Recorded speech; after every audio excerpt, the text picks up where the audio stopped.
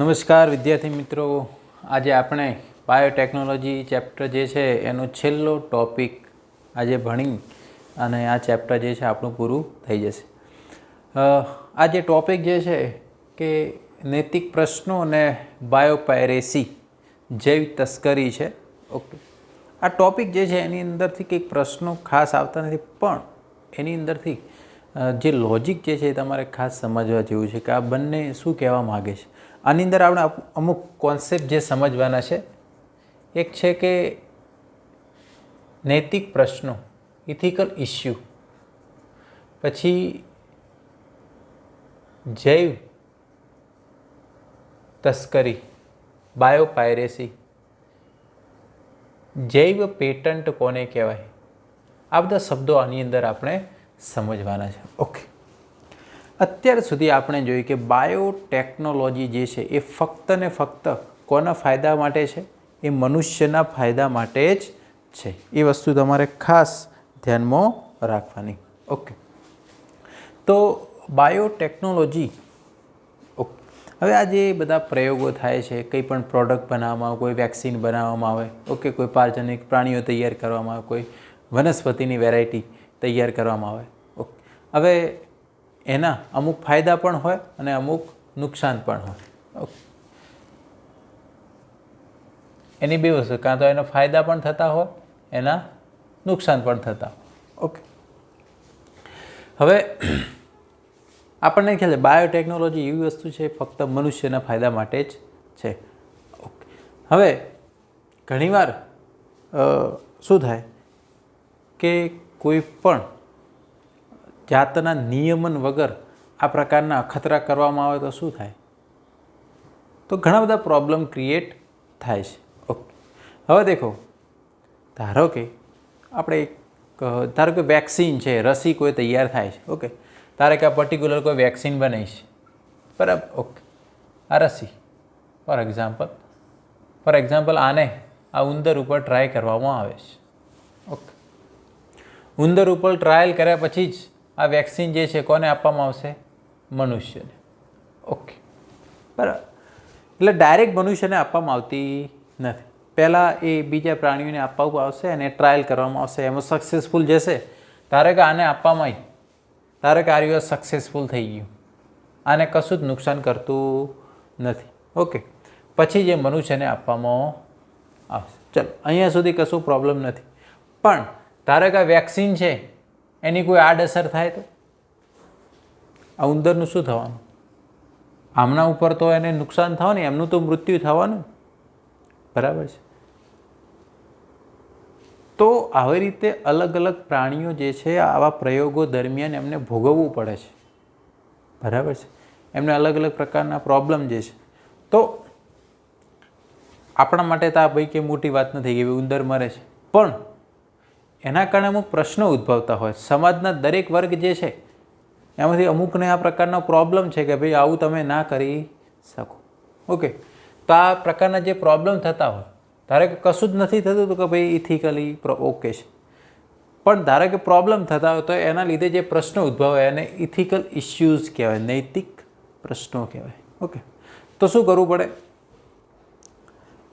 એના માટે કમિટી બનાવવી પડે. શું કરવું પડે? તો ઇન્ડિયાની અંદર એની કમિટી બનાવી, GEAC, genetically engineered approval committee. એ શું કરે કે કોઈ પણ જે આ પ્રોજેક્ટ જે છે એના માટે શું કરે? એને એપ્રુવલ આપે. શું કરે? એપ્રુવલ આપે. Genetically engineered approval committee. Okay, તો કોઈ પણ પ્રોડક્ટ જે છે તો આનું કામ શું? જે પણ પારજનીનિક સંશોધનો જે છે એને માન્યતા આપે. શું કરે? માન્યતા આપે. એટલે કોઈ પણ જે વેરાયટી બને છે એના બેનિફિટ વધારે હોવા જોઈએ. એના બેનિફિટ શું હોવો જોઈએ? વધારે. ઓકે, અને એનું જે નુકસાન જે છે એ ઓછા હોવા જોઈએ, બરાબર.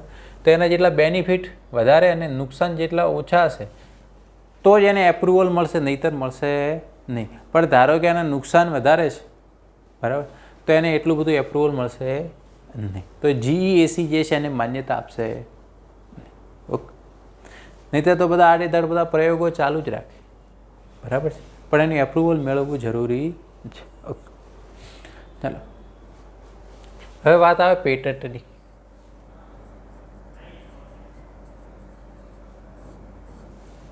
પેટન્ટ એટલે ઇજારો.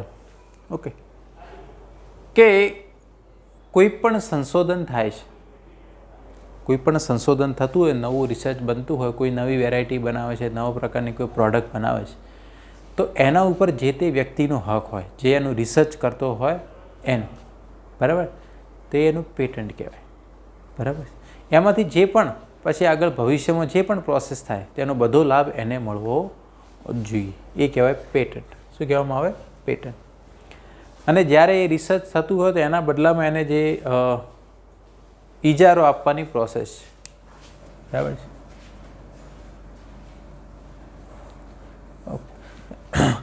તો GEAC જે છે એને આ બધી માન્યતા આપવાની પ્રયાસ કરશે.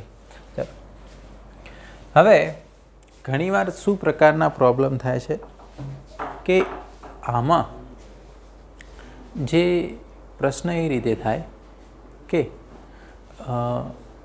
ફોર એક્ઝામ્પલ એક અહીંયા આપણે આપી કે ભાઈ ચોખાની જ વાત છે, બરાબર, રાઈસ.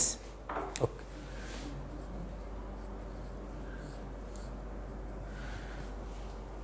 આપણે એશિયાની અંદર ચોખા જે છે એની 2 લાખ વેરાયટી છે. કેટલી છે? 2 લાખ. એની અંદર ખાલી બાસમતી જે છે એની 27 જાતો છે. કેટલી છે? જે રજિસ્ટર છે. કેટલી છે? રજિસ્ટર. બાસમતી ચોખા બાકી બધા કરતાં કઈ રીતના અલગ પડે? એની એક સ્પેશિયલ સુગંધ હોય, એનો એક ફ્લેવર હોય જે બાકીના ચોખાનો હોતો નથી. થોડા એ લાંબા દાણા હોય, એ બાસમતીની ખાસિયત છે. તો આપણે ઇન્ડિયાની અંદર તો આ વર્ષોથી બાસમતી ચોખા વવાય જ છે, બરાબર.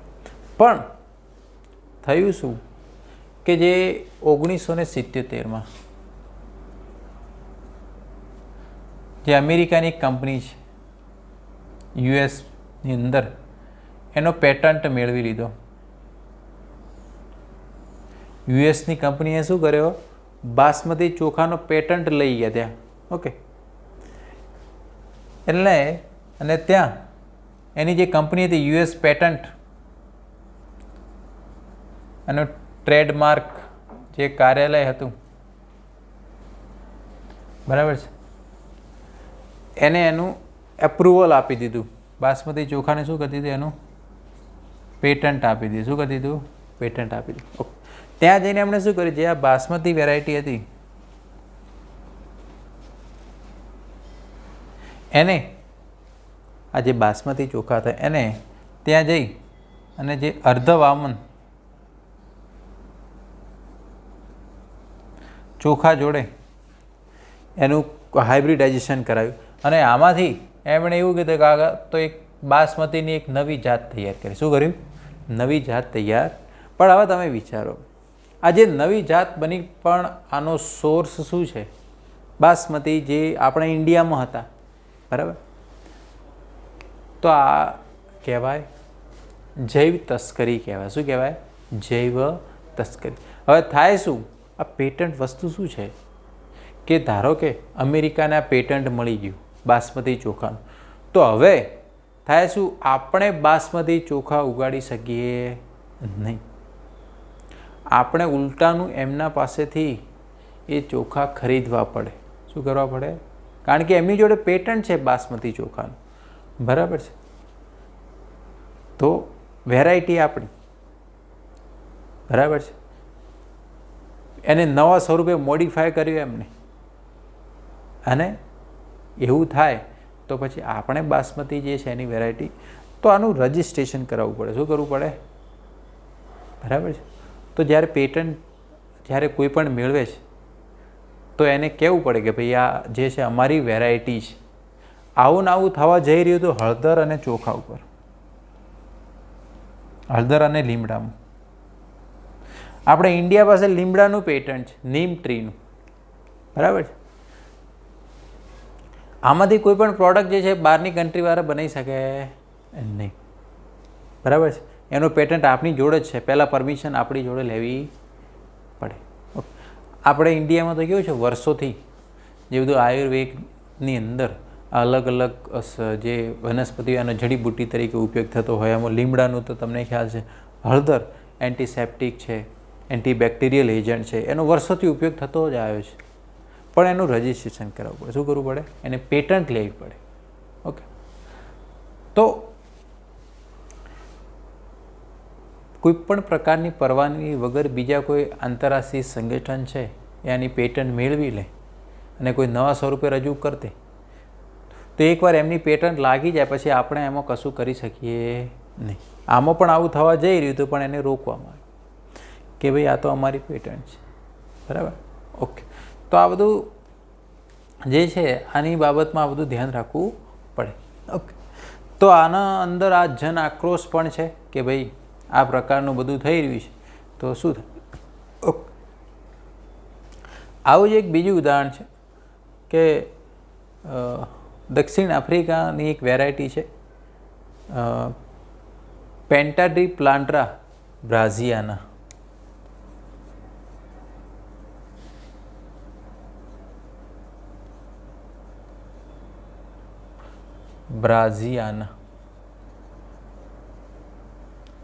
આની અંદરથી એક પ્રોટીન મળે છે, બ્રાઝીન પ્રોટીન. આ પ્લાન્ટ છે, એની અંદરથી બ્રાઝીન પ્રોટીન મળે છે. ઓકે. હવે આની ખાસિયત શું છે? એ જે છે ખાંડ કરતાં 2000 ગણું વધારે ગળ્યું છે, પણ એમાં કેલરી એકદમ ઓછી છે. કેલરી કેવી છે? એટલે એનો બેનિફિટ શું થાય કે ડાયાબિટીસના દર્દીઓ માટે ફાયદાકારક. ગળ્યું છે પણ એમાં કેલરી નથી, બરાબર.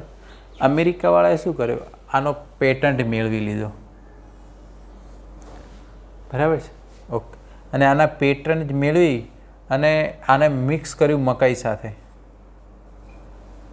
અને મકાઈમાંથી પછી એમને ખાંડનું ઉત્પાદન ચાલુ કરી દીધું. એમાંથી શું કરી દીધું? એમણે શુગર પ્રોડક્શન ચાલુ કરી દીધું, બરાબર. પણ દક્ષિણ આફ્રિકાની જે પ્રોડક્ટ પ્લાન્ટ તો ત્યાંનો ઓરિજિન. પણ હવે આપણી જ વાત કરીએ, આપણને શરૂઆતના સમયમાં એટલો ખ્યાલ જ ને કે પેટન્ટ શું વસ્તુ છે. આ તો જેમ જેમ સમય આગળ વધતો ગયો, બરાબર, એટલે પછી ઇન્ડિયન પેટન્ટ એક લાગુ પડે. શું પડ્યો? 1970ની અંદર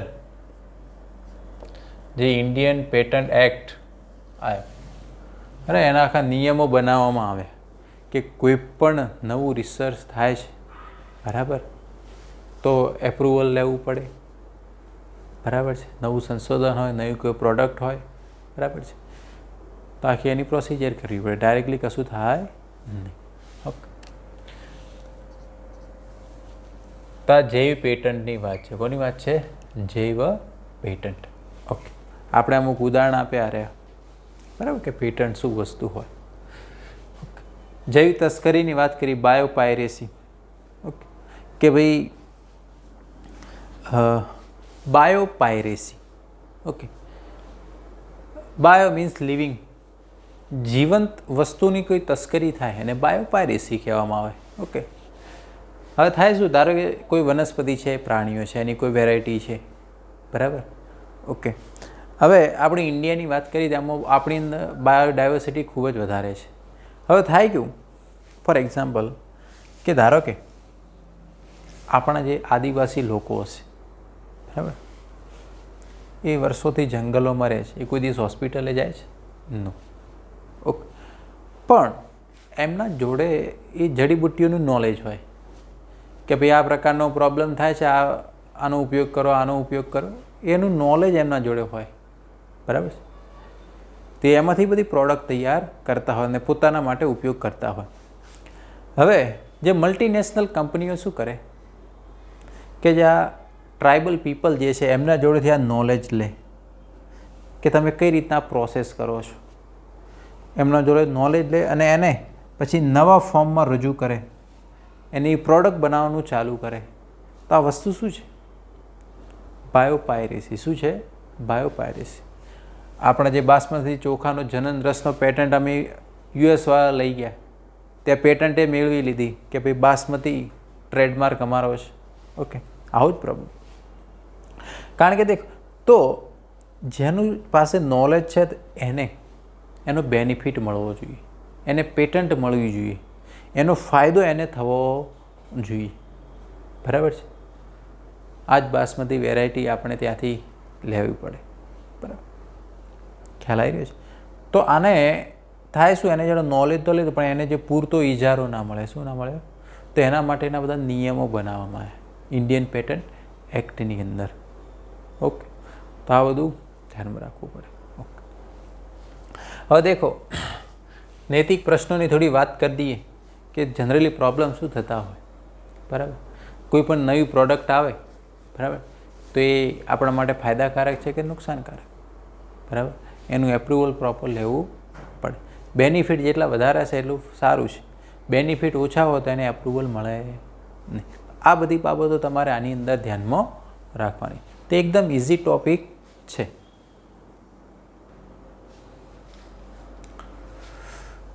તો જે ઇન્ટરનેશનલ સંગઠન, બરાબર, જે મલ્ટીનેશનલ કંપની હોય કે એમની જોડે જે નોલેજ છે ટ્રાઇબલ પીપલ જોડે એની ઉઠાંતરી કરે. બરાબર છે? જે એકચ્યુઅલી હક એમનો હોય.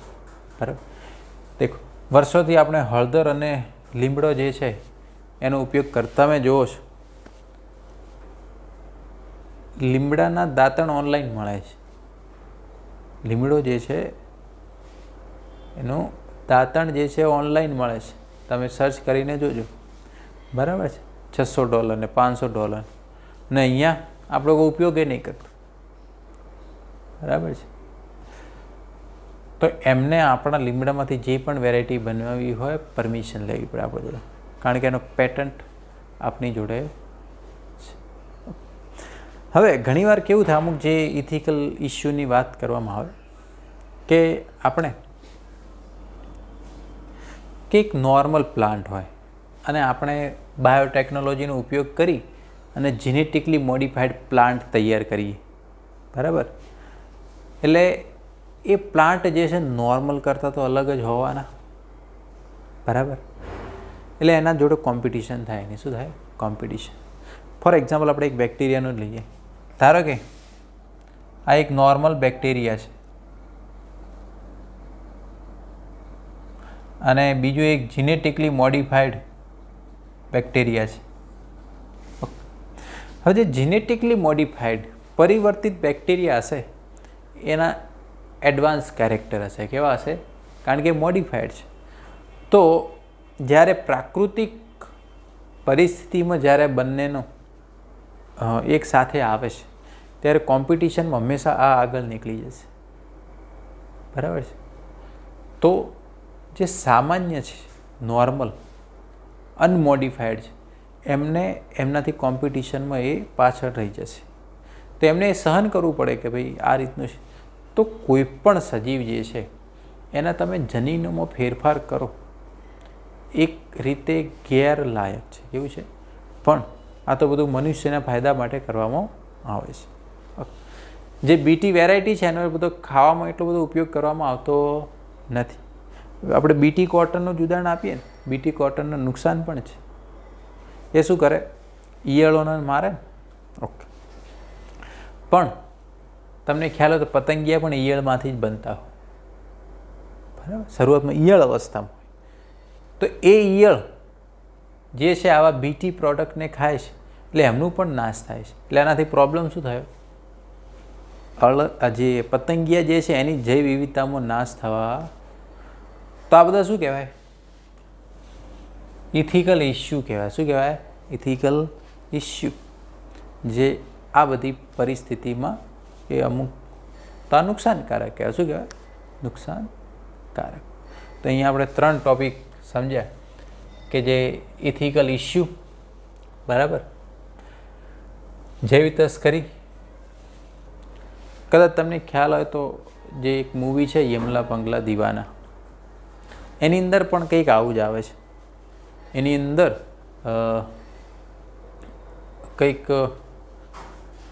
આ ધર્મેન્દ્ર અને બોબી દેઓ, સની દેઓલ, એમને એ કંઈક એવું પ્રોડક્ટ બનાવે છે, બરાબર છે.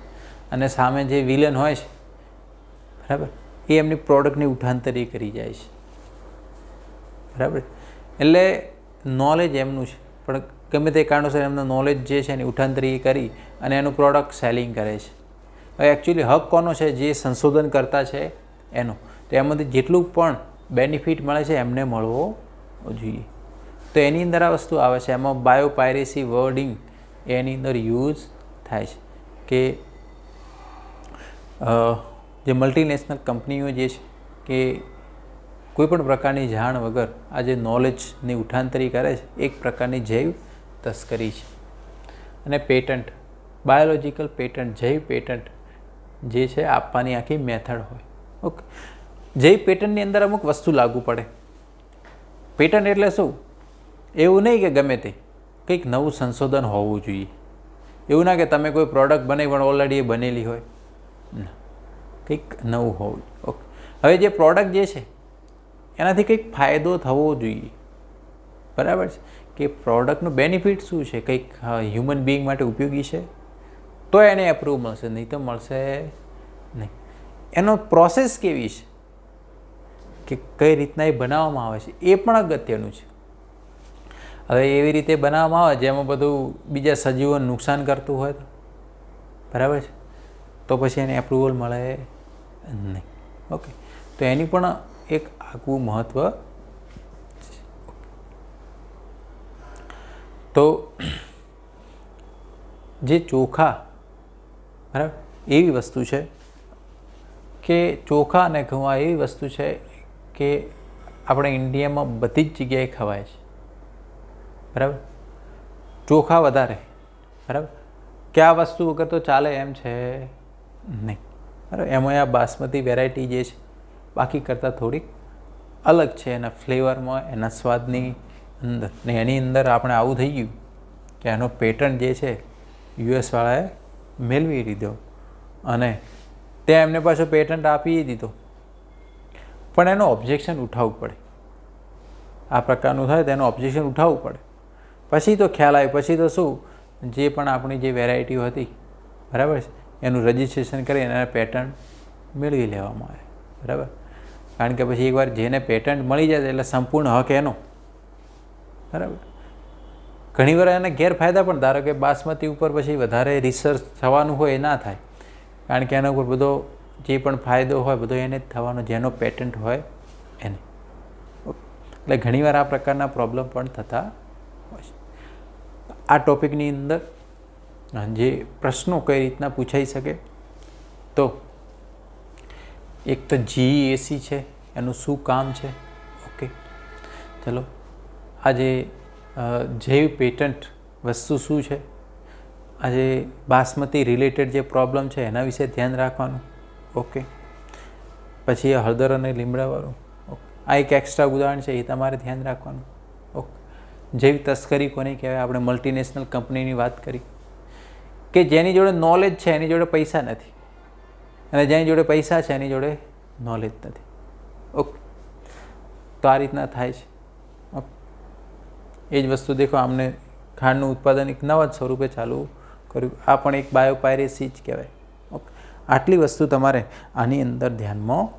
પછી તો ઇન્ડિયન પેટન્ટ બિલ પણ લાયા, ઇન્ડિયન પેટન્ટ એક્ટ પણ લાગુ પડે 1970માં. ઓકે. પછી એના બધા નિયમો પણ બનાવવામાં આવ્યા. ઓકે. આટલી વસ્તુ તમારે આ ચેપ્ટરની અંદર ધ્યાનમાં રાખવાની છે. અહીંયા આપણે ચેપ્ટર પૂરું થાય છે. Thank you.